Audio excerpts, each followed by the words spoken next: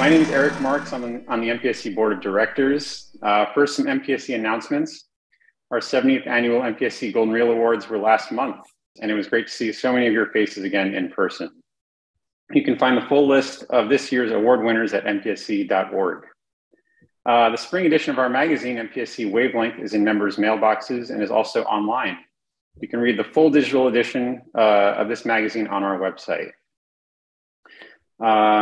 At the MPSC store, you'll find all sorts of apparel, as well as mugs, water bottles, stationery, tote bags, and more. Head to mpsc.org/store to see what suits your style best. On our MPSC YouTube channel, you'll find lots of great sound advice events from the past few years. Head there to learn more from the sound teams behind Better Call Saul, Mr. Robot, Back to the Future, Halo Infinite, and more. And thank you for coming to tonight's very special sound advice event. Well, this turned out to be a pretty wild week in the world of Darren Aronofsky films. His first feature film, Pi, was remastered, and it was just re-released in IMAX with an Atmos mix on Pi Day, which was just this past Tuesday. And just last weekend, his latest film, The Whale, won 2 Academy Awards. Congratulations to everyone involved on both projects. Way back in 2006, Darren Aronofsky's third feature film, The Fountain, was released in theaters. To put this into perspective, The Fountain came out a week after Daniel Craig's very first outing as James Bond, and almost 2 years prior to the start of the Marvel Cinematic Universe. The Fountain was a project that was near and dear to Darren for a long time. When the film was ultimately released, it didn't attract a large audience in its theatrical run, but it has since built a sizable cult following in the years since then. While many sci-fi and fantasy films rely on bombastic action and epic scale, The Fountain is an intimate love story that transcends the bounds of time and space. The film is deeply emotional, visually breathtaking, and challenges us to rethink our own relationship with life, death, love, and loss. According to Aronofsky at the time, quote, "Plots driven by technology and science aren't really interesting to audiences anymore. The interesting things are the ideas, the search for meaning." Some consider it to be Aronofsky's most personal and impactful film. In an interview just 2 months ago, Hugh Jackman said, "When people stop me, it's the most passionate response of any movie I've done. The people who get the movie, they have to tell me what it fully meant to them." And at the 2015 Golden Reel Awards, Darren was given our prestigious MPSC Filmmaker Award. Prior to accepting it, he stated, quote, "One of the first reasons I was inspired to become a filmmaker was the exciting possibilities of experimenting with sound. Sound dreams, sound emotes, and most importantly, sound is often what saves my ass." With that in mind, let's hear from the exceptionally talented artists who helped bring the sound of The Fountain to life. Tonight, we're joined by Supervising Sound Editor Craig Henighan, Supervising Hello. Sound Editor Brian Emrich, Hello. Supervising Sound Editor Stephen Barden, and ADR Editor Jill Purdy. Yay. Thank you all so much for joining us tonight. So most of you have worked with Darren for a number of years. How does his creative approach towards sound differ from other directors out there? Craig can do that one. Do I start take this one? I think I mean it's definitely changed over the years. You know, I think we all met on Darren's second movie, Requiem for a Dream. Brian was involved with Pi, so he goes way back with Darren.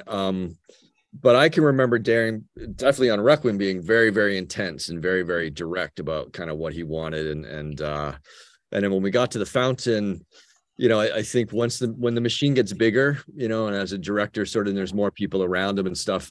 It's distraction is not the right word, but he has just other things he has to tend to, you know. So the idea with us for the soundtrack and the approach was we set up in the Brill building and we were there for a good year, probably ultimately, I think overall, you know, and it was one of those classic, you know, sound and music together, and picture editorial was right down the hall. And Darren could float in and out a lot, you know. We used to do, I don't know if we actually did a real spotting session with him on this one though. Brian, can you remember? Did we actually do a sit down with like a 2.5-4 hour? We did. Okay. We must have. Yeah. Darren. Okay, so here's what's funny about it is that we did the spotting session after the second temp dub. That's so we had already been working for 3 months. Yeah, 3 months. And we were about to go on a hiatus, and someone had the great idea, hey, maybe we should actually sit down and do a spotting session. It's crazy. Which is normally, usually, obviously you do it earlier than that. I think, Brian and I had many, we had all had many conversations with Darren, during those first attempts, even during the editorial of like what he was wanted and trying stuff out. He gives myself and Brian a lot of leash in the sound effects world, to sort of like try stuff out. He's kind of a reactionary director, as I think a lot of directors are. They kind of want, they give you the sort of framework and then let you sort of do your thing and see what's working and not, we got to do we did a ton of recording. Brian and I went to Guatemala. We actually went to Tikal and, did that whole thing. And Brian actually went twice, I believe. And what else did we do, Brian? We went to New York, went to a couple labs that Ari Handel, one of the producers, helped us get into. So we went and recorded stuff like centrifuges and all sorts of like laboratory type stuff for sort of the hospital nature of one part of the story. Tikal obviously bore a lot of the, the howler monkeys, a lot of that kind of like, obviously the jungle stuff that you hear at the beginning of the film a lot of that is all based in the recordings that Brian and I captured. But then the great thing about going and recording your own stuff is actually manipulating it, in different ways. So like Brian taking, for instance, and I'm speaking for you, so please chime in, Brian, but taking howler monkeys and then manipulating them certain ways, slowing them down, speeding them up, whatever you wanted to do, right, Brian? I mean, you did a lot of that on top of a ton of other stuff with breathing and, so Brian, you want to say? For you doing this movie, how was it? You've done more movies than I have, and most of mine are Darren's movies. So I came out of the gate with Pie and it was in your face and stuff. So I really don't have a lot to compare to. I mean, I did something with Mark Romanek and he's very intense, but you've done a lot of different things. So how do you like going back to the original question? Oh, I mean, how does Darren, I think every single director that I've worked with, they really care about sound. They just, some of them just sort of approach it a little differently. I think, most of the population in the world is visually oriented. Directors, a lot of directors are, so when it comes to sound, I've had directors like Darren that are very intense and want to sit right beside me while we're mixing or in every sort of step of the way. Remember on Requiem, he was, in every single day of the pre-dubs, not just the dialogue pre-dubs, but the backgrounds and the Foley and the effects. And then he was going to scoring. We actually had to take our schedule when we got to Skywalker and actually expand it out. We couldn't do a dual stage mix sort of situation for pre-dubbing because Darren insisted on being there every step of the way. That I think is lightened up a little bit. He's not so much like that anymore with me, but we tend to do more back and forths nowadays, other directors I've worked with are similar in some instances, and in other instances they hire you for who you are, and they will tend to do a lot of temp mixes, a lot of previews, and that sort of becomes their spotting sessions. That sort of becomes their dress rehearsals, and stuff gets worked out that way. I think I don't mind either way. I think you kind of just get into it with whoever you're working with, and you sort of, you have to understand that it's their film, right? And it's their soundtrack, and we're there to help them sort of get the storytelling and use sound to help storytelling and make sure that it all works sort of together. And, someone like Darren just is heavily, heavily involved. And it definitely was on this film, it was just like months of working, trying ideas out, little things here and there. I remember he has his own studio in Brooklyn. So he could get away and go work up some stuff. And then he'd bring it into my room. I had an edit suite at Sound One, and we set it up. What did we do, Brian, Steve? It was 5-1 probably, right? So it was, yeah, it was was good enough back then to be able to sort of replicate, some sort of mixed stage, even though the noise floor and how loud it was and stuff. We were pretty high up in the building, so the air conditioners, I remember that being a problem. Oh yeah, right, the AC. But we were right there, and so Brian would bring stuff in, and Darren would come in, and we review things. Clint Menzel was right together. I'd bring my drive in and load it in, do a rough mix before, and then call Darren in. Yeah. So it kind of was like spotting in a sense, but like we do it every time I bring in a batch of stuff, and then we'd have him come check it all out together with where we stood. Yeah. At that point, it was really convenient to have everybody on the same floor. I mean, even Clint Menzel, the composer, came in and set up his gear next door to us, and everybody was working in the same space, so we could all interact if need be. But Darren could just go, between all the rooms, VFX, everything. I think, Craig, I think you really nailed it when you said that Darren is a very reactionary director when it comes to sound. He will give you notes and direction and ideas, but then he wants you to do your thing and present stuff to him to hear, to get his reaction to it. Right? That's my one of my biggest memories. Is it wasn't so much that we had these really deep, long, intense spotting sessions. It was more like he would wander into my cutting room and he'd sit down and it's like, okay, show me what you got. And we'd go through scene after scene after scene, and we'd work out, what that was like, how it was going, what he thought, right? Yeah. He would throw out his thoughts during the spotting session, but after that, he never ever said, do this, do that. I don't, maybe, I guess if he didn't like something, but he rarely didn't like something. He just trusted, what we did, really. And the other thing to say, especially in a film like this, he didn't cut a lot of sound effects in the track, and he doesn't cut in while they're picture editing, I guess, is to sort of be clear. Like while he's cutting picture, he would always have Clint write music. He was never a fan of like temping music in. And it was the same with the sound. Like he got Brian to work on stuff early on, or myself, and or Steve and Jill would cut scenes dialogue wise for him.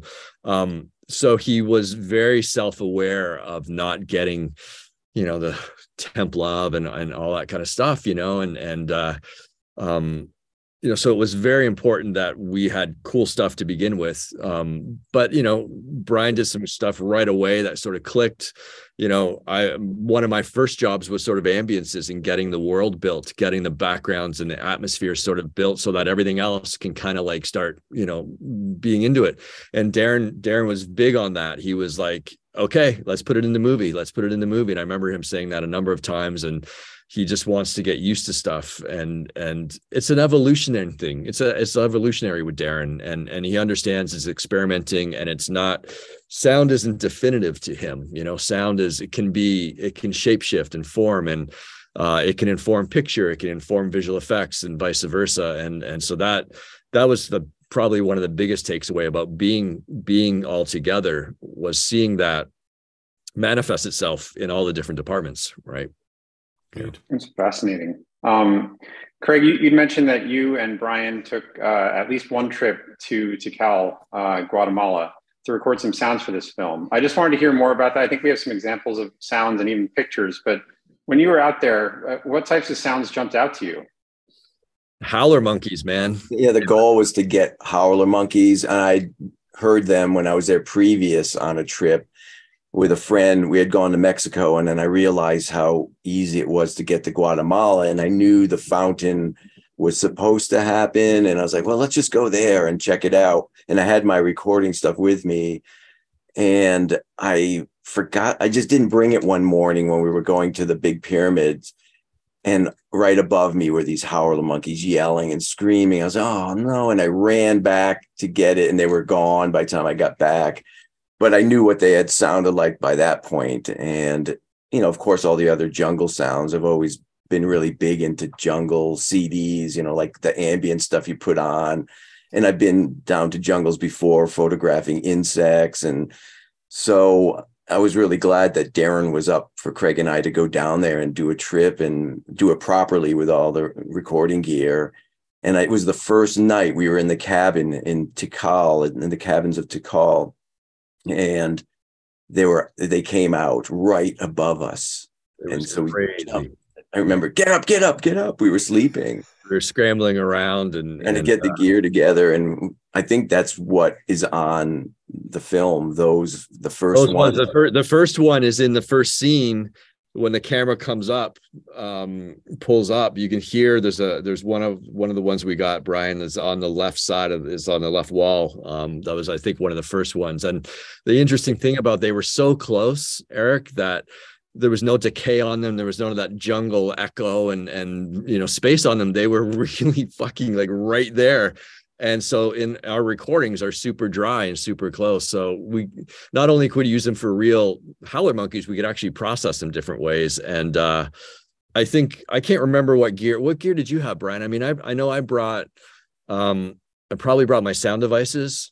And we had our sound devices. Both of our rigs were that, and then I had a Slank in, I think, the CS5 or whatever it is. It's a stereo shotgun, or that was the thing I had at the time, that you could spread it wider or smaller. And I do remember having to have a little chit chat with the national park guards, because we were walking around with what obviously looks like, from a 20 feet away or 25 feet away, it looks like, a weapon. Right. And so do you remember that, Brian, where we had to sort of like talk our way out a little bit? It wasn't, I mean, I'm probably making it more than it really was, but they were definitely like, what you guys are like, two gringos, right, with a bunch of gear hanging off of us and microphone. I remember bailing you out of jail. Well, there was the bailing me out of jail. Yeah, but that was something else though. That was unrelated episode.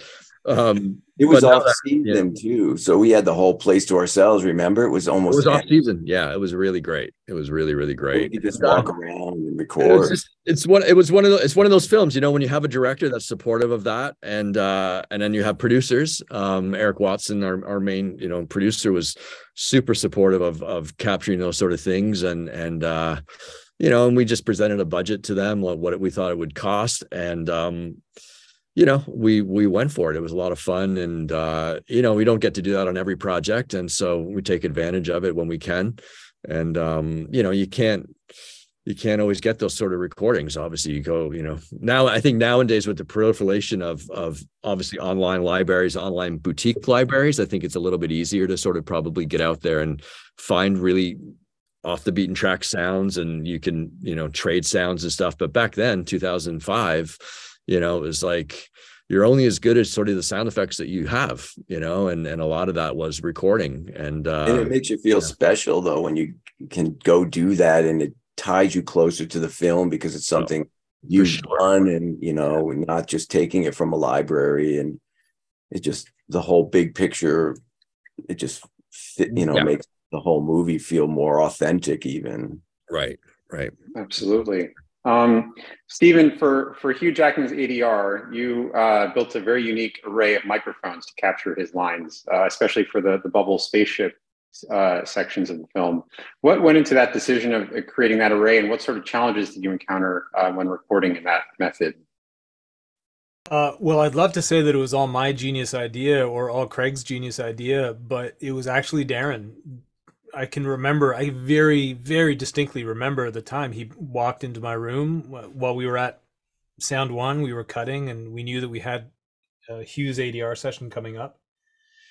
And the challenge was always in this film, we were trying to identify ways of making the three different timelines of the film unique, visually, sonically, right?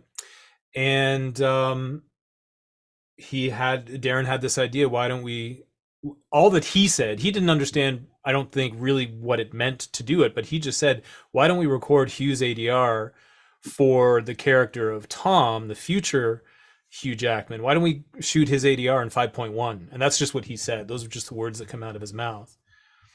And I think, if I remember correctly, Craig and I kind of looked at each other, and I was like, oh, okay, we can figure out a way of doing that. And it was just for those future sequences where the character of Tom is floating through space in the space pod, or the bubble. Kind of like Brian is right now. Yeah, Brian is doing his very best Hugh Jackman right now. It's good. So that was the idea. So Hugh was in the process of shooting X-Men 2, right, Craig, out in Vancouver? That's what he was on to? 3. X3? Okay. I think 3 because I went on to 3, so that would have timed out. Yeah, that's right. I think. Anyways, yeah. So he was in Vancouver shooting X3, and so we flew out, Darren and myself and one of our assistants, Sue Fawcett, the incredible Sue Fawcett. We flew out to Vancouver, booked a stage, and one of our requirements in going into the stage or booking the stage was asking them if they would be able to rig up a 5.0, obviously 5.0 mic setup. So we ended up using, I believe, and I think you've got pictures, Eric, if I remember correctly, but we took some pictures of it, and I'll tell you why we ended up taking those pictures in just a second. But I'll share my screen so everyone can see this while you're talking about it, Stephen. Yeah, cool. So it was a large condenser array. I want to say that they were Neumann TLM 103s, but I think they were actually some lower cost. Are they really? They look like 103s. But I think they're the Octavia. Was it Octavia, the Russian company? Oh, were they out? I guess. Yeah, you're right. I can't remember exactly. I don't see any. That's what it was. The Neumanns would have red. Wouldn't they have like a red thing on them? Yeah, the red tag on them. Yeah. Oh.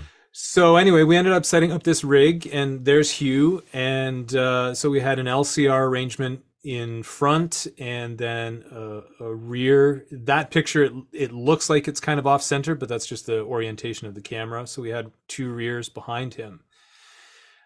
And for all of his breaths, efforts, and dialogue that took place in the space pod, in the bubble, everything was shot 5.0. In fact, it was actually shot 5.0 plus 1 because we still shot it with the 416, I think was our principal ADR mic.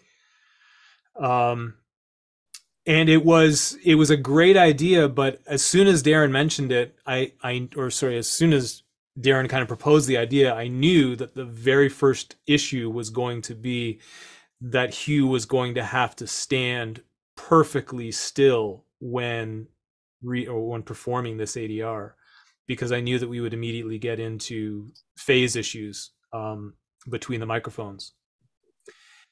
For anybody who knows anything about Hugh Jackman in ADR, and there's lots of videos out there, if you've never seen Hugh in action in ADR, check it out on YouTube.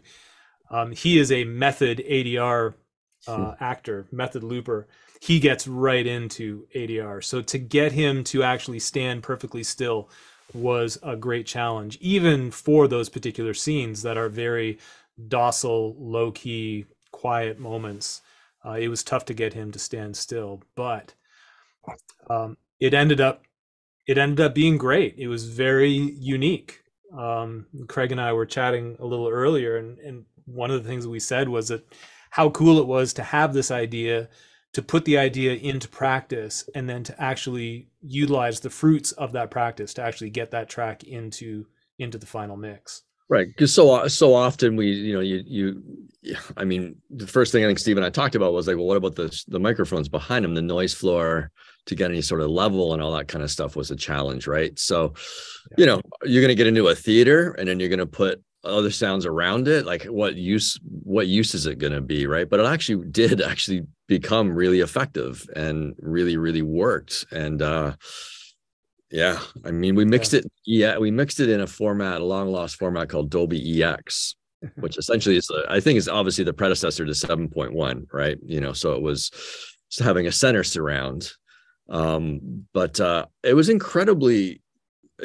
incredible to hear it, right, Steve, especially in a theater where you could hear the distance on it and stuff. So again, the genius of Darren, just lobbing out something, and then Barden, the genius of Barden, to figure out, okay, well, if we use these mics and we do, we get Hugh the way he is and get him to perform it, we're going to capture something really special. And you did. It really does add a layer. You heard it in the right theater. It was great. And yeah, that's right. In the theater, it was amazing.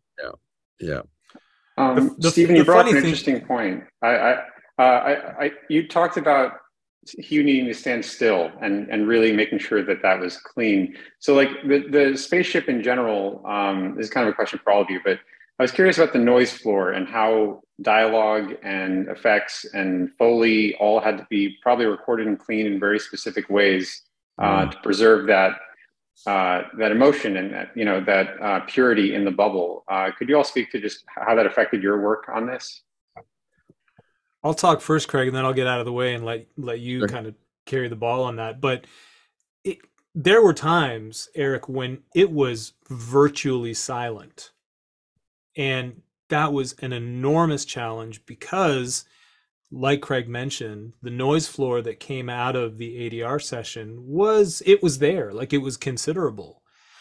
And this is pre-isotope. And I made that note earlier today, and I kind of realized the noise reduction technology that we had in 2005, like mixers, our mixer Dominic Tavella, he was still, Cat 43ing stuff, and he was using cedar. And in my cutting system, I had waves X noise and waves Z noise, but this was pre-RX. So we were being very, very conscious of the noise floor that we were introducing at any time with any of the sounds, because Craig will probably talk about Foley in the space pod as well.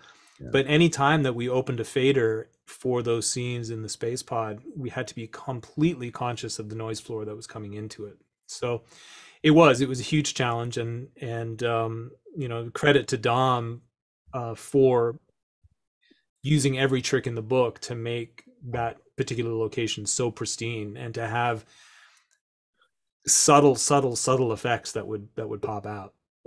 Was everything ADR in the bubble? Yeah.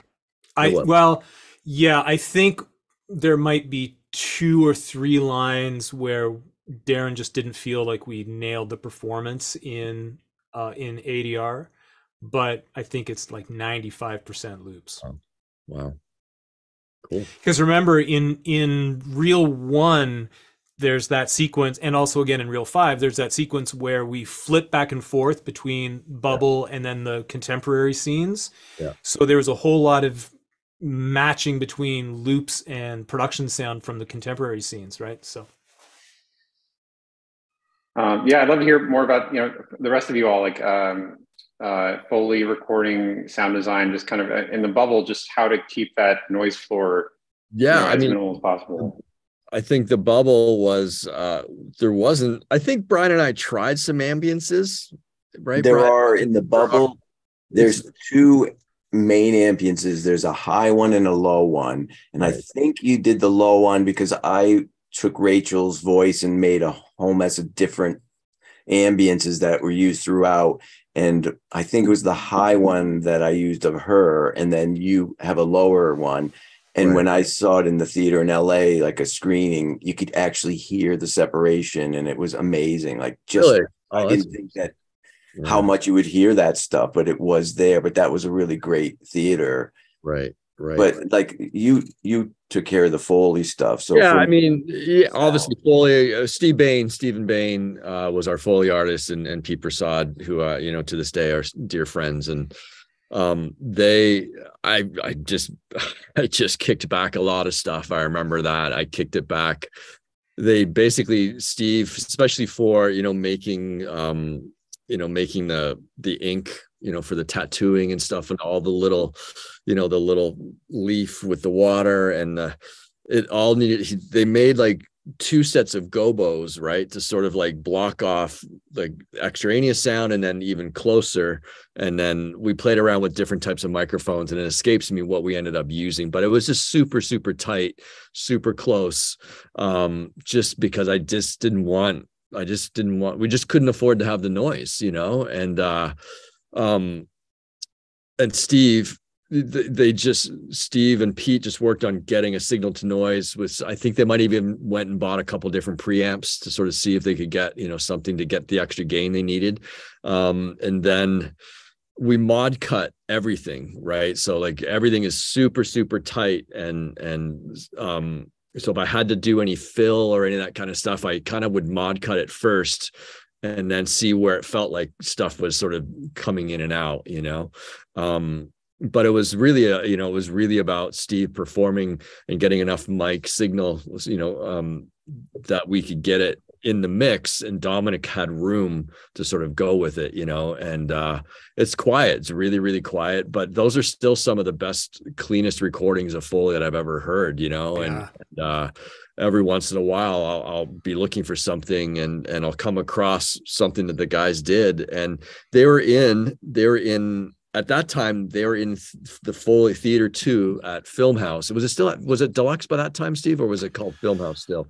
Yeah, it was Deluxe. It was Deluxe. So the Deluxe by that time. So it's a studio in Toronto called Filmhouse, which then was bought by Deluxe. Had a great Foley stage in there. Andy Malcolm, a fantastic Foley artist, was in there for years. Andy went and built his Foley farm and left Theater 2 open. Steve managed to get in there. Super well-tuned room for Foley. Really had all the bugs and all the kinks worked out.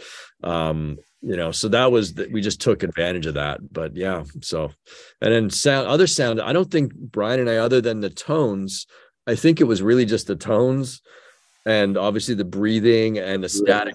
The static for the hair, but everything was super specific. You know what I mean? Like it wasn't like a whole track was built. It was very like, let's add this, and then we got to do this. And it wasn't really overbuilding it and then peeling stuff away. It was sort of like building it up piece by piece, and knowing that we needed the contrast. We needed a contrast between the other timelines, and what's the better way to contrast something than to go silent or to go next to silence, and then when you're looking at visuals like that, you don't need a lot, man. I mean, you're looking at, you don't want to overload the senses. And I don't even know what we would have done to make it. I don't even think there was many discussions, but I think we discussed maybe something for, it going by camera. And I'm sure Brian came up with something for it to go by camera, but should it be a ship sound? How's it supposed to be a breath? And should it be this? Should it be that? I mean, so those sort of discussions happened, but it was really about contrasting the regular world, I believe, right? And the transitioning was sort of the important thing, which was. Then most of the sound design stuff didn't have a worry about extra noise. It was just created the way it was created. Yeah. It wasn't, giving things that were noisy. But with those close-ups, what he was doing in the ship, those were also quick cuts. So there wasn't a lot of dead space around them. And they were basically a continuation of Requiem for a Dream, all those drug close sequences. When he was doing the mixing and all that, that was kind of like a play on that. Yeah. So a lot of that stuff, it's really loud in the mix, but it's quick. You know what I mean? There's no heads or tails with noise as well, but all that stuff is really clear. When I just watched it, it was really sounded great still. There's a lot of really specific, unique sound effects that were created for this film. I'd love to talk about a few of those with you all. And Brian, I know you created some of these along with Craig. So that static hair of the tree that you'd mentioned, it almost sounds like electric static, but it's like this tangible sound. I'm just curious, like something like that, how did you conceptualize and go about creating that? Well, I know I've given you some examples, but that particular one, I took Darren, Rachel, one of her lines, it wasn't even something we recorded, and is it "Take a Walk with Me"? And I looped it. I just made a strip of that repeating itself. And then I spent a day processing it with good old processors like Peak and SFX Machine and Pluggo. They don't even use that stuff anymore. I had a very limited palette back then, but things just started to come out of it that I couldn't believe. Like there was a cricket sound. And if you listen to that cricket sound that I gave you, you can hear the rhythm of it. It's "Take a Walk with Me." If you listen, but it sounds like a cricket. So that was used in the jungle. And then the hair sound came out of that, this staticky sound. I don't even know how to tell you what I did. I was just experimenting with plugins and trying what would sound, really cool. And then one of the ship ambiences came out of that. So that also made it like, wow, this is really cool. This is really tying in Rachel's voice, her breaths, even closer to the movie, not just pulling something from a library. And, and as far as the breaths go, we did a whole recording with her, kind of directed her to give us different emotions of breathing and sighing and kind of shaking, and then took all of that and spread it out through the film for the trees, Shibalba Nebula, you name it. When I was looking through my session, I saw breaths everywhere, and you can hear them when you're listening to it. And those maybe would get processed a little bit as the tree was dying, but most of her breaths were pretty straightforward. It was just that hairs thing I was explaining, the tree hairs, was just a pure lucky thing that happened. That's really great. I do have some samples I can try playing for everyone here. I'll share my screen of the stuff that you're talking about, Brian. Take a walk with me. Take a walk with me. Take a walk with me. So that's the original, right, Brian? Yeah. Okay, I'll play some of the other manipulated versions of that you created.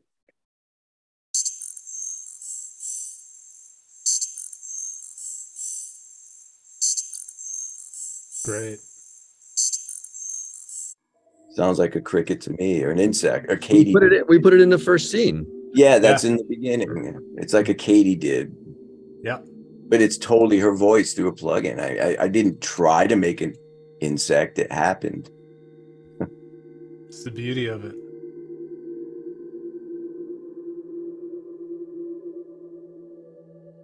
And here's the tree hairs version. Oh yeah, there it is. Yeah.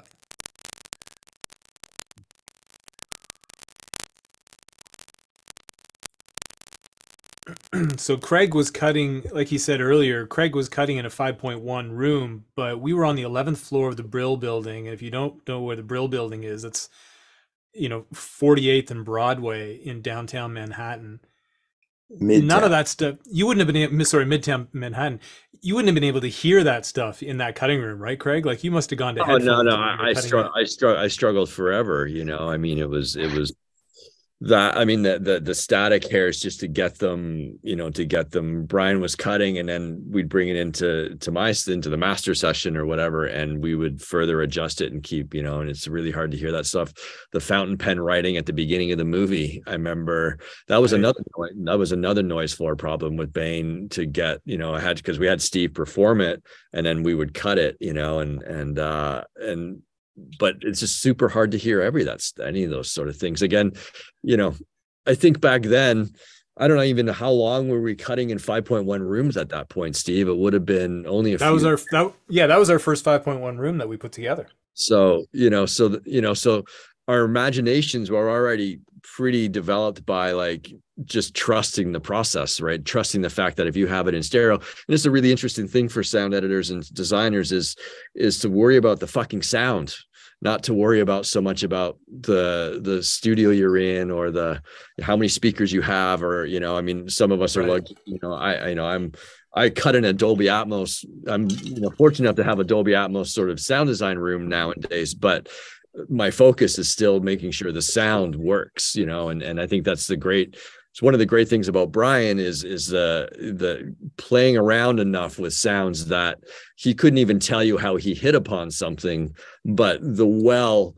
of sounds that he would make and the actual part of the process of it, just like all this fruit, just like all these different ideas and stuff, but it's time, right? When we had the luxury of time on this film, and it's just something, the schedule, I don't know if things just aligned to be able to sort of like budget and time where the movie was at, how long sort of Darren took to even find the movie in an overall aspect, because there were a lot of variations of it, but that allowed us to sort of keep exploring and keep trying things. And, we had a lot of time on this one. A lot of time. It'd be interesting to try to approach that now, right, Brian? If you thought about, you obviously use the tools that you have in front of you at any given moment in time, but to say you're using Pluggo and Bias Peak and these different chains versus like back then there was all these other applications. Now like sort of Pro Tools is ubiquitous, right? And you know, obviously you can go and use Reaper or, you know, other things, but you had these other kind of cooler programs out there, right? And Brian was really big on that sort of stuff. What was remember Faucet Monkey? Do you remember that, Brian? That crazy pitch? Yeah, it was some. And that we had, I still get emails from them. At that long, I think that's what the Howler Monkey example. Yeah, that it's got that long, drawn out thing. That, you know, of the monkeys yell. That's the example I gave him. I actually used it on that. right. I'll play that sample too. I'll share my screen while you're talking about it.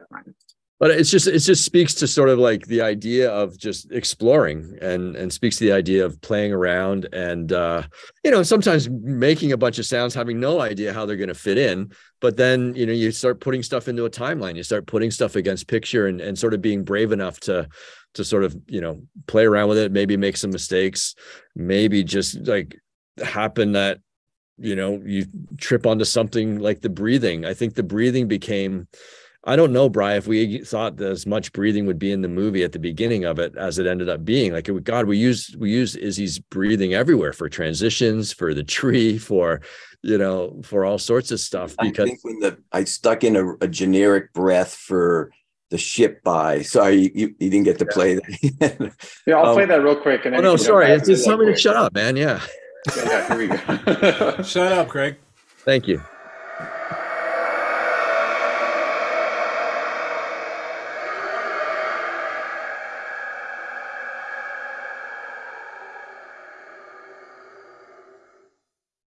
So Brian, you were saying that was a combination of recording plus that plugin? Plugin you spoke, but it has that long tail on it. That's not the original, you know, monkey tail. That original tail is me running away. Yeah, exactly. But one the thing monkey attached to you. One thing Brian actually, yeah.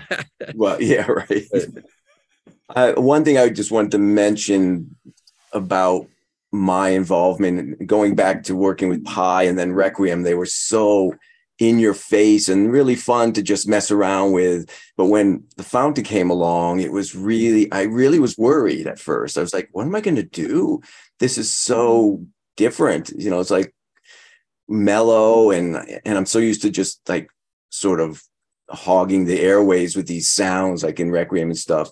It's like, is anyone going to even know? And then as it started to go along, I started to realize this is amazing. There's so much more depth in this, and so many more things it could do in this. It's just going to be more or less subtle. But then it turned out to be my favorite movie of Darren's and by far my favorite to work on. But it just evolved from just, I guess maybe getting more confident that, you know, there's another way around this. And then it left the room to experiment with all these kinds of ambiences.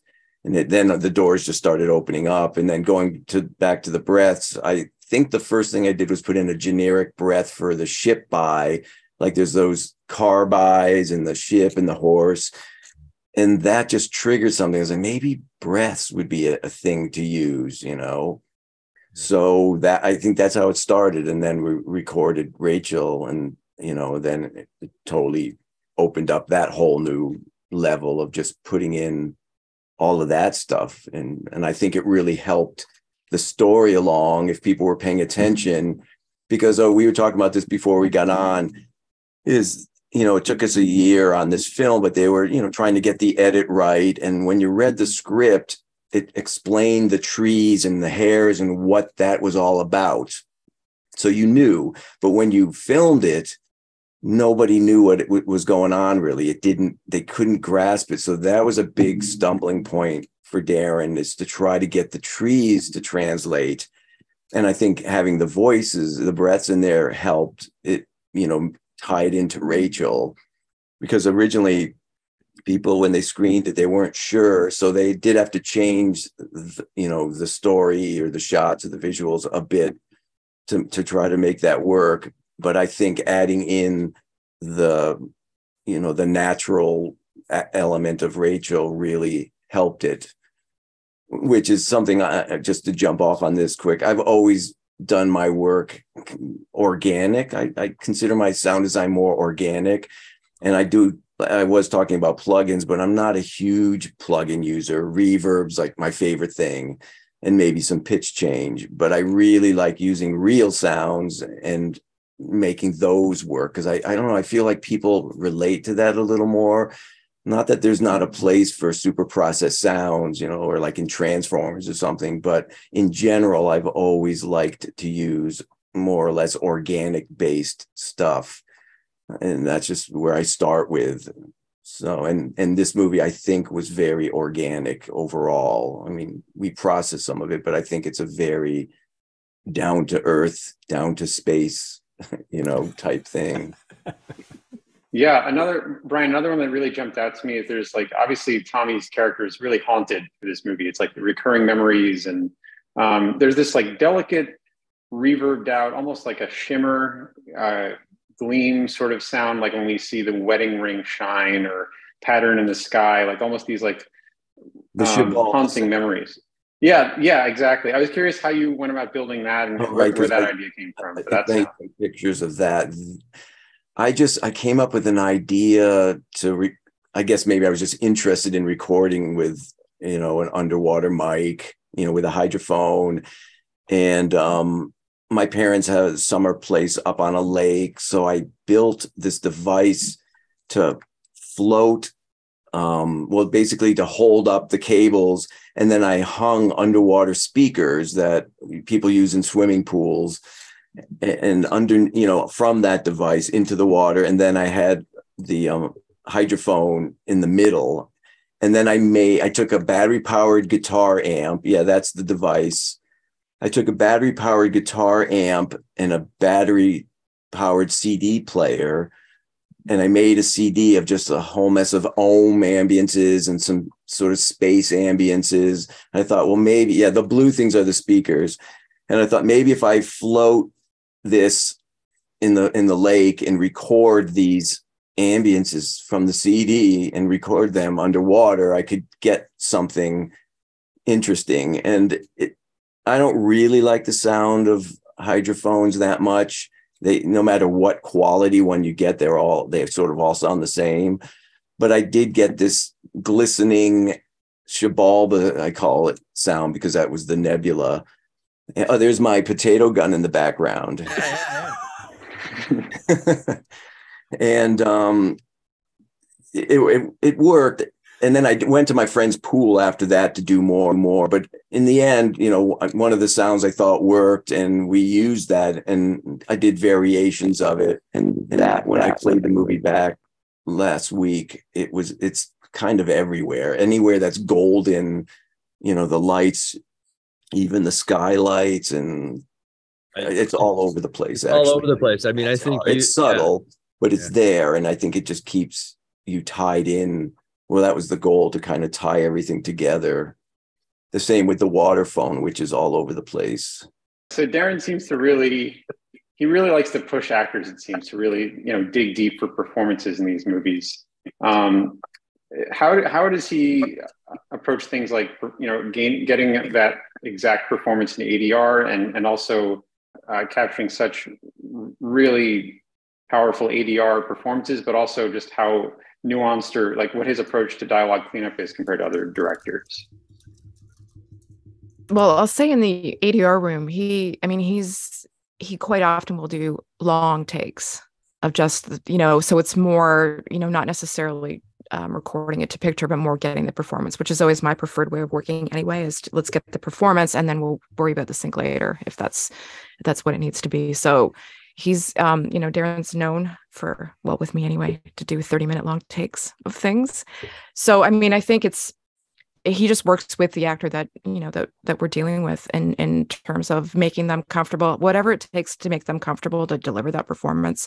If it means the lights completely off, if it means, nobody in the room, if it means whatever it takes to get that, that's what we'll do. If it means moving around the room, lying down on the floor, I mean, whatever it takes to get it. And he works really closely and is very, very mindful and very generous with what he gives in the room to make that happen. Wow. And how about cleanup wise? Does he approach like removing mouth clicks or anything like differently than maybe other directors would who or just have a different take on like performance specificity? Well, I just do my thing basically, and he just accepts it. No, it's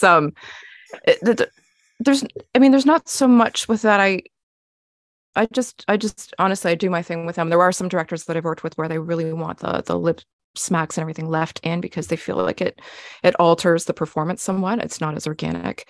And so I kind of pick and choose where that's going to happen with him. And because I've worked with Darren for so long now, it's kind of just second nature. And we don't really have so much dialogue about what the quality of that edit is going to be, more so than the particular delivery of that performance or that particular take of that line or the clarity of something. Yeah, he's big on clarity. If his mother can't understand something, then that's a problem. That's where it comes to when it comes to Darren.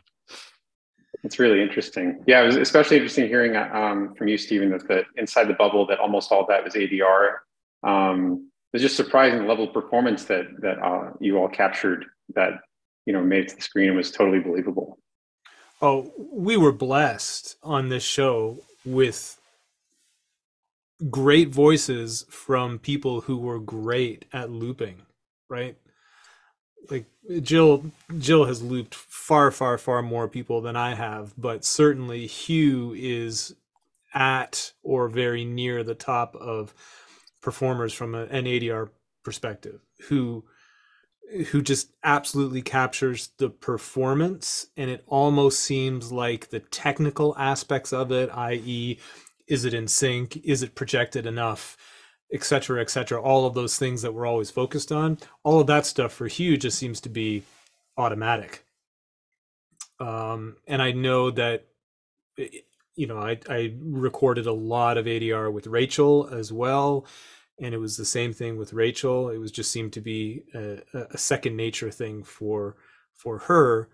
And Jill can probably talk a little bit more too about recording Ellen Burstyn, who has a kind of a secondary character in the film as well. That was a session that Jill took care of, right? Yeah. And my involvement in this film, it was nothing but fun for me because I got brought on very late in the process due to, Barden having to be on the mix stage and ADR sessions needing to happen. So I was in New York for a couple of weeks covering those sessions and cutting a little bit of production dialogue as well. So honestly, I'll get to Ellen in a second, but for me, there were a lot of fun firsts for me on that film that I hold very dear. It was my start of my New York working relationship. It was my first in-person working with Darren. I did work on Requiem, a little bit on Requiem, but I didn't, I was behind the scenes on that one. I wasn't on the mix stage. I didn't meet Darren until The Fountain. It was my first time working with Bobby Johansson at Sound One, who is a dear friend of mine. And Bobby Johansson, let's give him some love. Yes, on the planet. He's at Harbor Sound Picture and Sound Harbor in New York. And I can't say enough. Our working relationship in the ADR room is something to behold. He will entertain anything that Darren or I have to, if it means, several different microphones in whatever part of the room or whatever it takes. He's amazing. So there was that.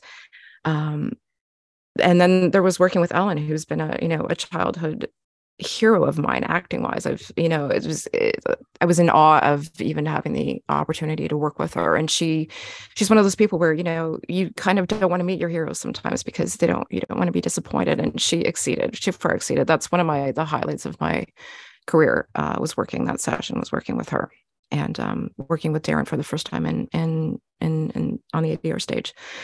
So, she was incredible. She was everything that you would expect, to be honest. And I was probably biased going into it, and she was very funny. She was very professional, very nuanced, and hilarious when she wasn't recording. That's incredible. Yeah. I did have a couple of questions about a couple of particular scenes that jumped out to me as really unique in the approach to sound. The first one is a little bit related to mix, but you all might have some insight into just how this came together. There's a scene where Tommy's walking on a sidewalk alone in the city. Favorite scene in the movie. So all the backgrounds, it sounds like, are completely muted until a car comes screeching in and nearly hits him. How did that scene come together sound wise? Actually, that's the first thing I ever did on the movie. I put in all those steps and all that stuff. That I think was the very first thing. Yeah. Wow. We tried it with regular. We tried it without sound. We tried it with a muted sound, and then we went back probably to just hearing. I think you hear some steps, right, Bri? In his head. It was meant to be in his head, right? But so I don't even know. But did we end up using the steps at all? I think it's completely silent. Yeah, no, it's there because as soon as I saw, I was like, "Oh my god, that's still there." Is it? Okay. I did, and it was like in his head, and I muffled the sounds, and he goes over the wooden scaffold, and then comes down off, and then the car almost hits him. That's what you're talking about, right? And we worked on the skid, the skid blasting back in. Right. Yeah, that was just something Darren threw out, and I think it was very early, and we didn't have a lot yet to do. We hadn't really started, but I just did that scene. I mapped it out, but I had forgotten about that. A quick shout out to Dominic though, because Dominic Tavala, our mixer, in classic New York sense, was a solo mix, one man mixer, one person mixer. Sorry, you know, so he dealt with dialogue, music, and sound effects. So he bore the brunt of thinking he was going to get a break after doing a dialogue and music pass, and then had to sort of turn to Brian and I and be like, oh, okay, you know, and that kind of stuff. So, but no, he was great, and he was crucial, and the idea of the approach to mixing and stuff was, you know, as important, obviously. Even though we create all these amazing sounds, it's like we still had to mix them all together. We still had to make sure that everything worked and stuff. And Dominic was instrumental in that stuff, I would think, right? You know, and a fantastic guy, you know, and just a workhorse. Honestly, just a workhorse. You know, I think he's just brilliant. Yeah. But you were manning the effects, right? I mean, you were making sure all that. Yeah, I mean, you know, I wasn't taking a mixer credit at that point in my career, and I wasn't sort of on the desk with him. But you know, I could say that we did so much premix work, or so much sort of getting it so that when the faders came up on the stage, that it played even better than just the intent. It played like, oh, things are panned, things are working, closer to what it was supposed to be. I don't know how, you know, Dominic would have been able to sort of, you know, I don't think he would have sat there and panned stuff over and over the way I did, you know, just sort of make sure that some of the ringing or the shababa sounds or stuff like that. I mean, you know, he did a fair amount, but a lot of that was done that I did in my room upstairs, and brought it down and my template was set up as, you know, pre-dub groups essentially that we could get to pretty easily and stuff like that, you know. You wouldn't have had the time if we had just left it to Dom to do, you know. Yeah, I mean, he was, you know, was mixing in a traditional format, right? You know, and that is, you know, the limitations. There's limitations and there's also advantages to that world and stuff, you know, and that was something where I just knew that, God, if I didn't do some of this or a lot of it, we were just never going to get there, you know, and we were all happy with it. And Darren was happy with it. So it was one of those, like, you know, it's not that we couldn't change it on the stage, but, you know, it was built enough that we could do that, you know. And then I think Black Swan was probably the first one where I started mixing on the console with Dominic, but at that time it was all Dom, which was impressive because New York, totally, you know, New York, I think the one man mixer is born out of the Woody Allen, you know, sort of like music and dialogue, mono, maybe a little bit of stereo. You bring a movie like this, which is Dolby EX, we have Hugh Jackman recorded in 5.0, you know, I mean, there's a lot of surround stuff. You have a director who, like, I mean, I remember on Requiem when he wanted the fridge just in one speaker, and he's like, no, Darren, we're in 5.1. It's like, it's this whole section. I just wanted in this speaker here, you know, and so that carried over to Fountain, and it carries over to this day with Darren. I think obviously with Atmos, we can finally achieve that. But, you know, his idea of sound and the immersiveness and the experience, I can't express enough. The experience of sound and what it can do for his films is something that is always about pushing the boundaries. And so he's always Dolby X, great. Let's try it out. Let's see what it is. You know, you want to record 5.0, Hugh Hugh Jackman? Great. Let's try it out. Brian and I are going to go to Guatemala. Great. You're going to put rockets underneath water and record them. Great. It's like, there's never a no, right? There's never with a director like that. He just knows to just let the good creative people around him kind of explore and experiment, And I think the surround works well in The Fountain because, especially in a confined ship, you feel like you're more in that ship. Because in general, I mean, I know everyone's got their own opinion, but I'm not a huge fan of surround, like just popping out in the back left corner like a few times during a movie because it's distracting. I just saw something that did that. Oh, did you see Roma? Did you watch Roma? It was actually when I watched The Fountain, when the monkey was pushing on the buttons. Watch The Fountain. We actually did some severe panning in The Fountain. But I like some of it. It seems to work better in The Fountain. But with the monkey is an example that I didn't think it really did work as well. Is when he's pushing the buttons and you see him doing that, but then it goes to another scene and then you hear these sounds off to the left. I thought something was wrong just last week. I was like, what is that? And then I realized it's the monkey off screen. So that doesn't always. For me personally, it doesn't always work because I'm thinking about what is that instead of watching the movie. That's what I don't like about it. Sure, yeah. But I think it really overall worked great in The Fountain. The surrounding of the ships and everything around you, and another scene that jumped out to me just in terms of very unique approach. And then I'd love to get to some audience questions that I know have been coming in. Please keep them coming. There's this scene over black, so it fades to black, and then there's a scene transition in the middle of the film where suddenly we hear Thomas on horseback entering through a gate. We fade up and we're inside the castle. It's like a transitional scene that in most movies that would be a visual thing. You'd watch that happen, but in this it's completely over black and sound. I'm just really curious how that came together too. If I remember correctly, I don't want to talk too much out of school. But if I remember correctly, they couldn't get the visual effect right, or Darren wasn't happy with the visual effect, or there was no film in the camera that day. There's no film in the camera. I know. I remember that being. I remember the hoofs being something that I needed to make sure that it needed to have velocity, that by. So it needed to have, because we had sort of established that sort of transitional thing in some other scenes. So there was sort of a, something to that needed to work. And honestly, when someone like Darren is like, I don't care, let's do it in black. Right. And I remember something about that, just making it tell the story with sound. Tell the story with sound. I mean, on Mother, he did a whole trailer that was just in black. I mean, he just likes sound and he thinks it's rad. And that was one scene that was like, okay, how much? So we have the horse. I just had to break it down, right? I just think it was like the connecting. I don't even know if Darren spotted it. I think he just said, okay, here's your frame. And then you back time where the door, where the gate has to come up, where the camera doesn't move though, right? Doesn't the camera do a? No, the one that Eric's talking about is completely over black. Yeah. But the one with the move is that's the DNA for the one in the black. That's exactly right, and that's what I was about to say. You have to remember, Eric, that shot is the third in a sequence where we've already set it up with the audience, right? The first one is Tommy's car speeding into Philadelphia or wherever it's supposed to be. And it does the same camera inversion. And then the second one is Tomas riding into Old Spain, right? And it does the same camera inversion.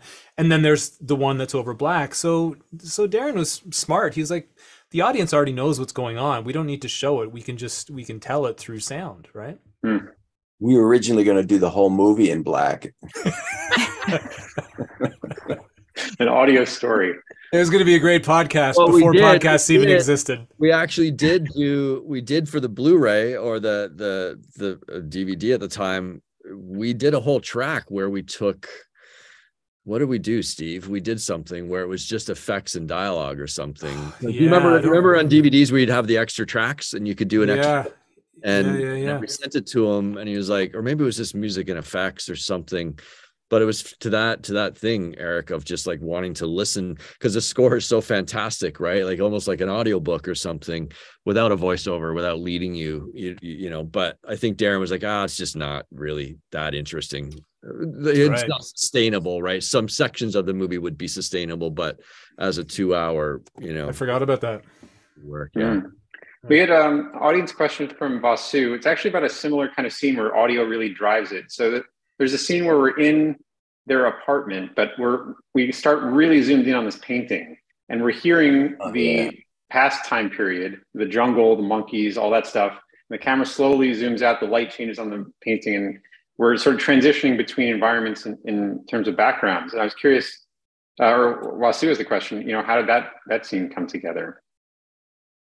Just like that. Darren must have mentioned it. I think it was just a fun kind of play on that mural. Yeah. You know, like you look at it, it almost looks like it's real. And then it pans out and it's just a painting on the wall, and it has all the jungle sounds, and then they fade out.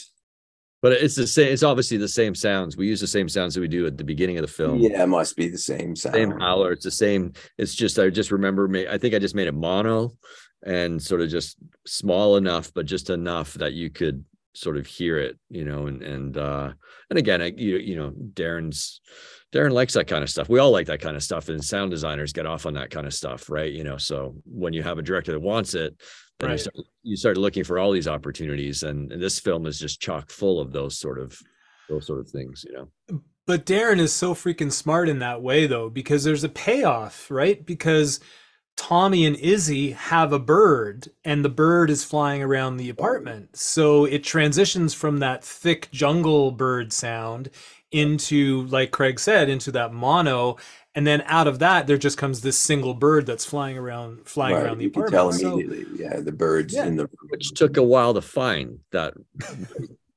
Sure. It totally did. It totally did. Yeah. I had to try. I know. I thought I remember trying a bunch of different types of the feel. The feel needed to be right, but yeah, that's right. It seemed like a similar thing that you all did with the monkey too, because there's monkeys in that opening scene, but then there's the character of Donovan later in the film, in the present day, right? Like you sort of connected those worlds with sound.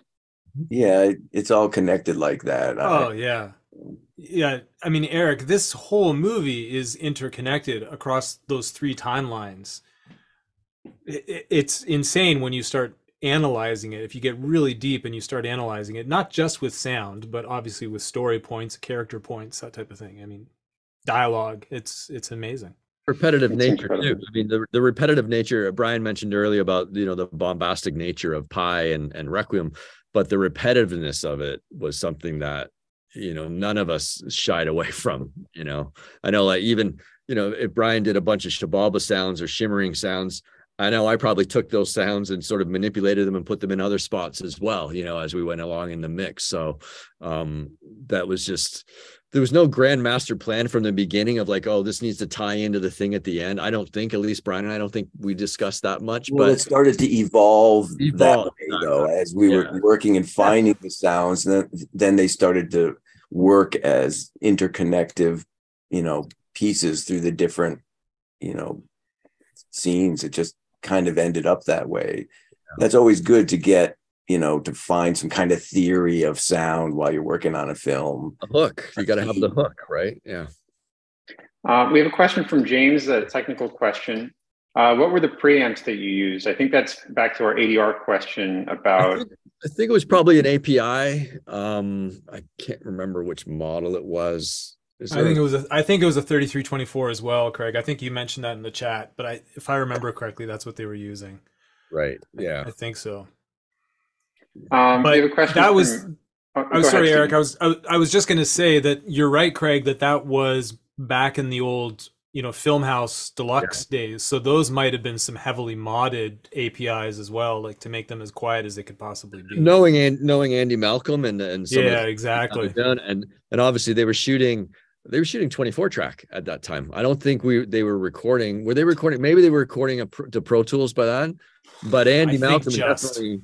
I know that I had done an internship at Filmhouse, and Andy at the time was still recording to 24 track. So that would make sense that all the gear in that room was sort of super quiet, heavily modified, and the room itself is just like, was purpose built as a Foley stage and stuff. So yeah. We have a question from Matthew. So at the end of the film, that when the bubble ascends and explodes and Tom goes up into space, the score is full out, yet there is still an explosion. That's obviously a big score moment, but you can still hear the explosion and the design cuts through. How do you go about making that big and detailed in terms of sound design and still being able to cut through the music? Arguing at the mix. Oh my God. Do you guys remember? I think we all remember that was, if mixes grind to a halt certain times during the evolution of a mix, this was one that, and grind to a halt versus the discussions of like, I want, and you have a director's like, nope, I want that, I want that, I want that, I want that, I want all of it. You guys got to figure it out, and so we had to figure it out. So I can remember very vividly, so consciously choosing frequency ranges that the different components were gonna occupy, right? Because you remember at the peak of the big explosion, there's one of the rings, like the ring tone, like the really high frequency. And that's part of what made that explosion so loud. But the beautiful part about that was that it was so high and so piercing that nothing else was happening up in that range. Yeah, cut through. Yeah, so because I think that's a big is that a big Mogwai Kronos sequence? I think it is, music wise, right? Oh yeah.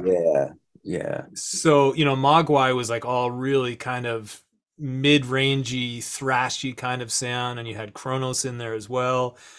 So we just figured out in that big event where all of those things were going to fit.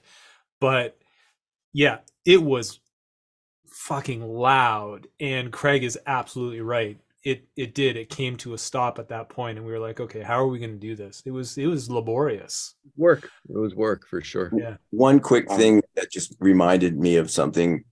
When we were mixing Requiem, we were all in the same room arguing, but in a good way, like, let's do this, let's try this. And after the crazy refrigerator scene with all the noise and mess going on, it cut to her staring at the blank TV, but Clint had a score there. And I just said, please just don't play the score. And Clint wanted it. And I just fought. I said, just try it. And it stuck. And to me, it's one of the greatest scenes in the film when it just cuts to that dead air room, but we were always, bouncing ideas off of each other in the mix. And we never got really mad at each other or anything. That's so it was amazing. kind of fun. Stephen, yeah, we lost your video there for a second. Coming back. We have another question from James for Jill. Where do you like dialogue to sit in terms of levels, peak/RMS, typically when you're working?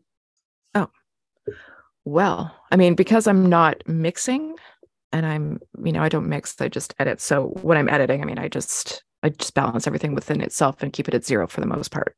If I were mixing, probably between -20 and -6, -12. But I rarely, if at all, mix. So it's more just my balance while I'm editing, and then leave it to the mixers. We have a question from Raina. When you listen back to the sound in the fountain, what are you all most proud of? And if given the opportunity, what would you modify? Go ahead, Craig.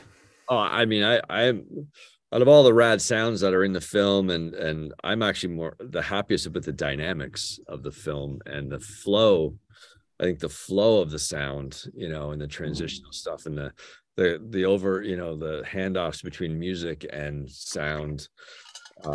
There's a lot of music in the movie, and rightly so. There should be a lot of music in the movie. So a lot of times where I definitely think Brian and I had to figure out, how is sound design going to work, and him coming up with the breathing, and sort of leaning on those sort of ideas, I think really helped us find our sort of sonic space in the film, so I'm probably most proud of that sort of thing. I'm proud of the team, and I'm just proud of the mix and what Dominic was able to do in terms of, maintaining dynamics and clarity and all that kind of stuff, you know.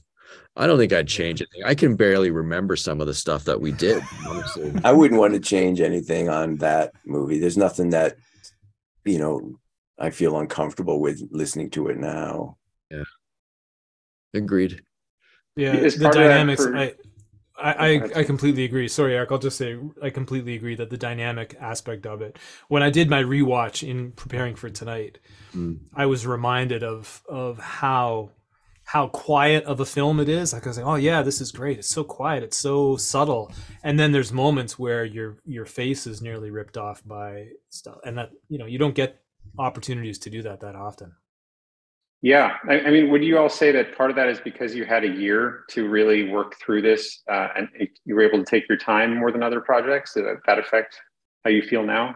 It's helpful, I think, having that time. Well, but we still would have done it. We would have been forced to do it if it was less. We didn't have a lot of time on a mix stage. That's exactly what I was about to say. Which is interesting. Like nowadays, I would spend, because I'd sort of do specifically with sound design and stuff and mixing, I would spend a heck of a whole lot more time mixing on a stage. Whereas back then we just didn't. The stage was booked and it cost a lot of money, and Dominic was either on other projects, and so we were working. It's why Steve and I setting up the 5-1 room upstairs was important, and making sure that we could try ideas out that would translate and stuff. But the editorial was about a year, but that'd be one thing. I don't know if we had more mix time, what if we would have figured out more things. I think the time that we did have the mix, Darren was there every single day, and that's a big thing when you have a director there every single day. Decisions get made and you move forward, so that's a positive thing for sure. Yeah. The question. Go ahead. I was just going to say the stage time wasn't huge. Like we had 2 weeks of pre-dubbing, maybe 3 weeks of pre-dubbing, and maybe 3 weeks of final notes print master, I think. Yeah. Which isn't huge. Pretty standard for back then. Yeah. Mm-hmm. We had a question from Javier for Jill. You'd mentioned, Darren not worrying about matching the ADR performance to the actual timing. Can you talk about how you typically problem solve that on films like this? Like, are there any cheats you find for making the timing and sync look correct? She's magic. Don't let her answer that. She's magic. That's the answer. Next question. I wish. No, I think it's about experience, I think, and I just, maybe it's a musical background, I don't know, but I just know that somebody delivering a performance, whether or not it's going to fit, just by virtue of the rhythm of the voice or of that line. So quite often there's a process in ADR that's called listen repeat. So the actor will listen to the original line and then they'll repeat it 3 times, say, and they'll do that for a few takes. So they can concentrate more on the rhythm of their own performance rather than maybe if they're not as experienced, or they find that they're having to think about too many things if they're actually trying to sync exactly to what they're seeing in picture. I think there's just, the familiarity of the performance, having worked with it before, dealing with the actors and knowing whether or not, if they do it wild, which is not to picture, if it's going to work or not. And, there's the instance where we'll take, a particular take of a series and put it in and see if it works picture wise and make adjustments from there. But to be honest too, in my sessions, I don't do a lot of playing back. I think I just know whether or not it's going to work because of the experience, and also the director and sometimes the actors as well, if I've worked with them before. But I don't know if that's a good answer to the question. I think I always stress that, well, first of all, I'd rather not have to record any ADR, because I do think that preserving the original performance is key to so many factors in the film, and having to recreate that performance in the studio. I know there are some actors that love it and will gladly go in and redo their entire performance, even if it's not needed, just so they can perfect it and get that character performance there. But, for me, the director trying to get an actor to be as close to the original as possible, because they would rather not replace the original. Like I said, I mean, whatever it takes in terms of getting it nuanced, where there aren't other variables coming into play to affect that performance is what we'll do to get it. So, you know, we try different things, and if we have time on the stage, we'll put it up and play it against picture, and again, make adjustments from there. But yeah, I think it's always better to get the performance and then deal with the sync, just in terms of mod matching, just you know, cutting to waveforms in Pro Tools or whatever, versus getting the timing exactly right. We have a question from Hall Contrell. Other than the howler monkeys, when you're in Guatemala, what were some other sounds that you recorded? Anything unexpected or other favorite sounds that jumped out from your trip? The leaf cutter ants, putting the mic down into the nest, which I'm pretty sure I used somewhere, but I couldn't find a reference because I can't open all my sessions. I gave you an example of that, but I don't know. You're snoring, probably. That's yours. He's got the pictures to prove that. Gave him some pictures. I actually do. Here it comes. But pictures of Craig snoring. Damn. Jungle. Pictures from us there? No, you don't. Do you? Please don't. It's Craig on a busy day. That's right. Nice. Looking fit. And wearing flippies. He's got flippies. Oh, look at the old DPA blimp. They don't even make that anymore. No, I still have mine. Love that. 20. And you were probably out in the jungle. You were probably out in the jungle wearing flippies too, weren't you? Yeah, oh, yeah, of course, 100%. Well, but they're your safety flippies, though. What would you wear into call? I mean, I think we got the general ambience that were there, but I think the howler monkeys were really cool, and then the leaf cutter ants are great just because they make a noise, you know, they make a sound. Yeah. And birds and whatever we could get. Yeah. We had a question from Dimitri. He loved the scene where Tom is pulled back from a different time period by the heart monitor alert sound, I guess when Izzy's dying. Was that idea Darren's, or did you all decide on how that come together? Good Brian, question. what's that sound, baby? We talked about talking about that. Going through my files, I totally forgot that I had my dad record 3 lines from the movie. I mean, do it on Morse code, and I recorded him doing that, and then I synced it up to the real sound of the, you know, the heart monitor, and I heard that when I watched the movie back. I said, "Oh, I totally forgot," and that I forget what the line is. It's one of these 3 lines. What were you saying, Steve? It might be. Finish it. Finish. Oh, right. No, that was a joke. That one. Finish it. But it was one of the lines and done in, and it played Morse code at first, and then it cuts to regular heart monitors, all of the things spazzing out. So that was just a cool kind of secret thing, you know, and if anyone knows Morse code, they would understand it, but I didn't have time to figure out which line it was. I forgot. So that's a good question. Great. I would say many of Darren's films are all like so intense and highly subjective, and some can be uncomfortable to watch for some people. But this film, to me, stood out as very heartfelt and earnest. Did you all get the sense that this movie, as you were working on it, was just more personal to Darren in any way than the others? I think so. More so watching it last week than I did at the time, because we're so immersed in it. It's so hard to really watch it as a film. But when I just watched it, I was like tearing. A lot's happened in my life in the 18 years, but I really saw it in a different light this time. I think it was a movie that wouldn't go away for Darren in his. I mean, it was a movie that I think demanded that he make, and if anyone can remember, it was set up as a completely other film with Brad Pitt and Cate Blanchett. And people remember pictures of Brad Pitt in 2004, 2005 with the long beard. That was for a movie. And I think at that time it was titled First Man, I believe. Last Man. The Last Man. Sorry. And then as films do, and things happen and things change and stuff.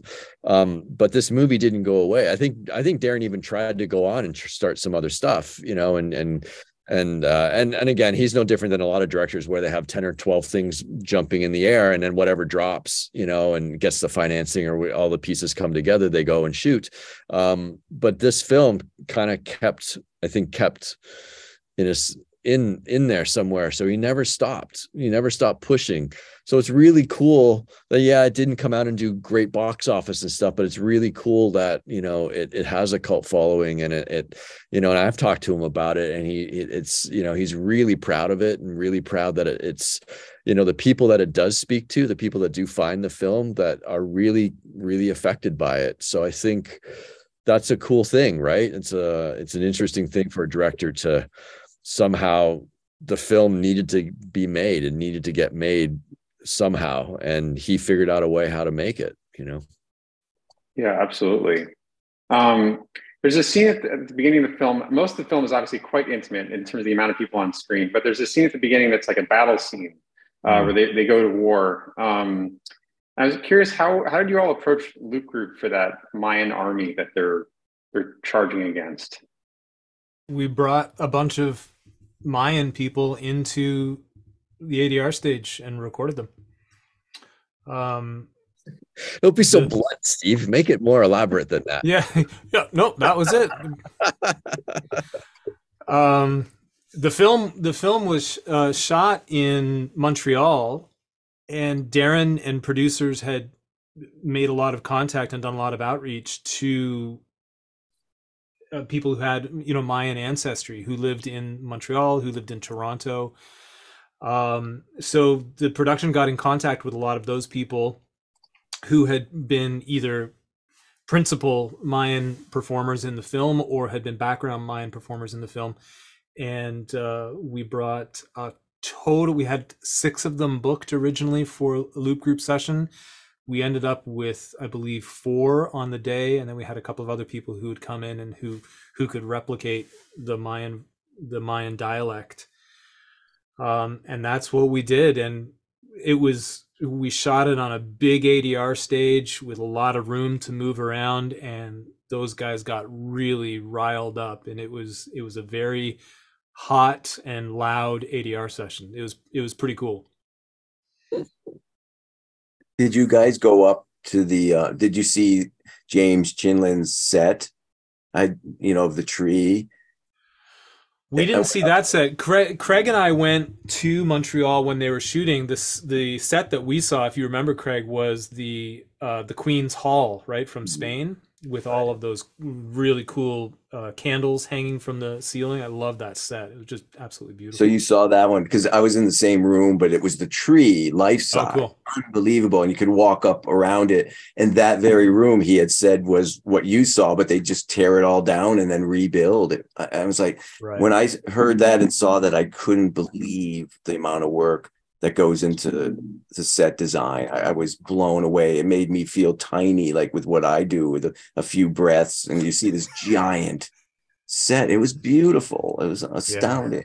Yeah, it really was. Wow. Well, final question for me. As you know, we've talked about that this is a very complex film in terms of the structure of it, the interwoven stories and narratives, and they have to obviously weave together in a very specific way to tell the story, which is almost reminiscent of like a Dunkirk or Everything Everywhere All at Once structurally. As you all were editing and picture changes are happening, how challenging was that conform process for you all as you're working? MMR8s, all the MMR8. I hated it. Audio. That's the worst. So especially after if we did a temp mix or whatever, because obviously you got to go and conform everything and stuff. Sorry, Steve, speak to that. You can. Yeah. Okay. So let's throw some love at the incredible Matt Mayer, who was the associate editor on the film. And Matt had been the first assistant editor on Requiem. So we had developed a really great workflow with Matt. And remember, this was pre-Conformalizer, obviously way, way, way earlier than Matchbox or any of those tools that are available now. So we had worked out this methodology where, and we weren't the only ones doing it, but it was kind of cool because it went back to 2000, 2001 on Requiem. When we knew that there were picture changes coming in, Matt would load into the Avid a ghost track. And if there's any older editors on the call here tonight, you'll remember this methodology. But you would load in a ghost track that was the length of the reel. And any time that the picture editor made a change to the reel, they would make a change to that ghost track in the Avid. And then we would export an EDL of that ghost track and use that EDL to, in some cases manually, but in other cases through Quick Key, FileMaker Pro, Microsoft Word combinations, we had a workflow where we could use that ghost track EDL to reconform our sessions in a somewhat automated fashion. But it all came from Matt being willing to experiment with that and do stuff that would help us out in the end. And I can't throw enough love at Matt, because Darren's films are not easy films from a technical point of view in terms of turnover from the cutting room to sound. And Matt was right there in the trenches with us, and he was ready to do whatever it took to make our jobs easier. But the other thing that I'll say to your question, Eric, kind of anecdotally, and I'll fess up to this. I don't know if Eric O'Brien or Jill will fess up to it, but I didn't understand this film for the first two and a half months that I worked on it. But you do now?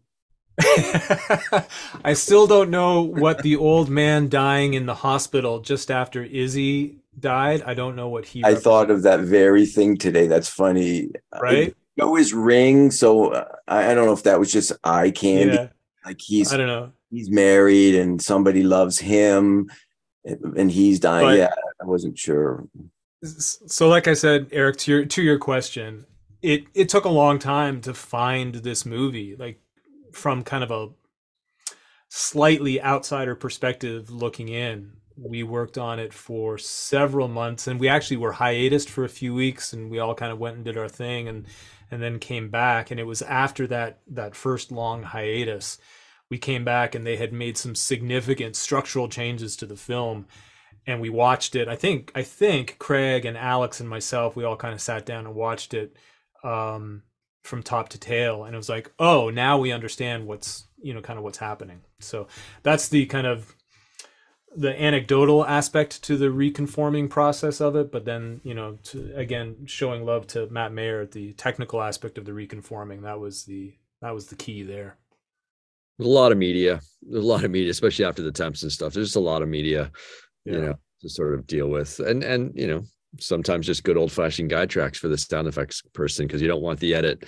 I don't want the edit to be where the EDL puts it, so I want to go a few feet to the left or the right of it. So I do it through the old phasing of the guides method and stuff, group everything together. And but again, we had the time, right? We weren't under a tremendous amount of pressure. We weren't doing temps back to back, so we would do a mix, and then a couple months before we do a next one and stuff.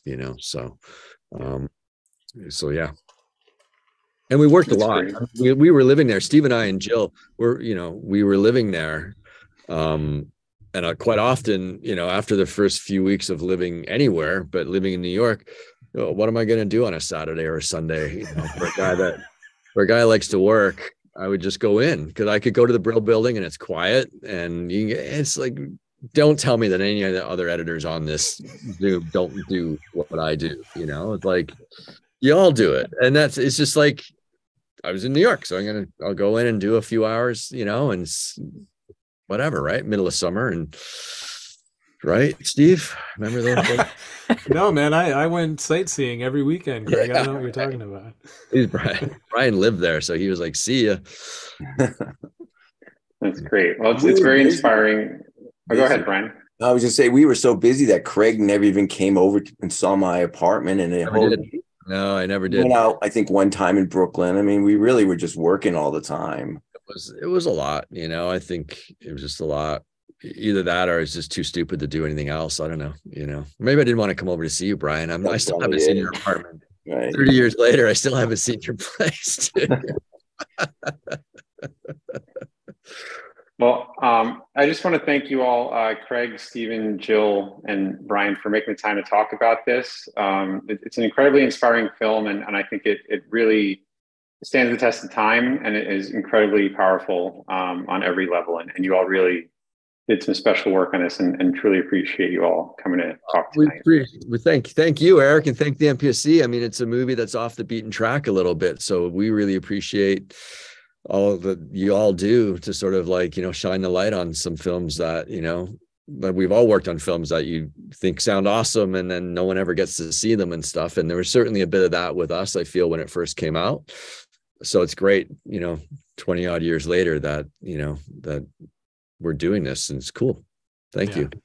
Thank you. Absolutely. Yeah. Thank you all for your stories and for taking the time. Thank you everyone for coming. Please stay tuned on the MPSC website for future events. Oh, go ahead, Brian. No, I was say we'll be back in 20 years. We won't know what the movie is about. 40th anniversary, yeah. All right, thank you all so much. Thank you for coming, everyone. Hope to see you at the next Sound Advice event. Thanks, Eric. Thanks, everyone. Thanks, Eric. Bye, Jill. See you guys. Yeah. Bye-bye.